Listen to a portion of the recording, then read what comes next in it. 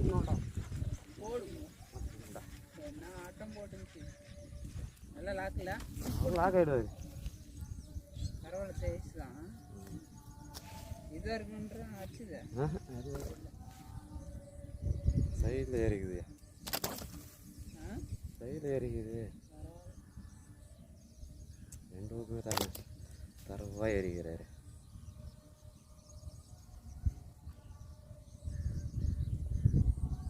Friends, 4வது வரால் அக்கே ஜம்ப்ராக் அதில் மாடிச்சு, சடனாக ஆச்சு மாடிச்சு 4வது.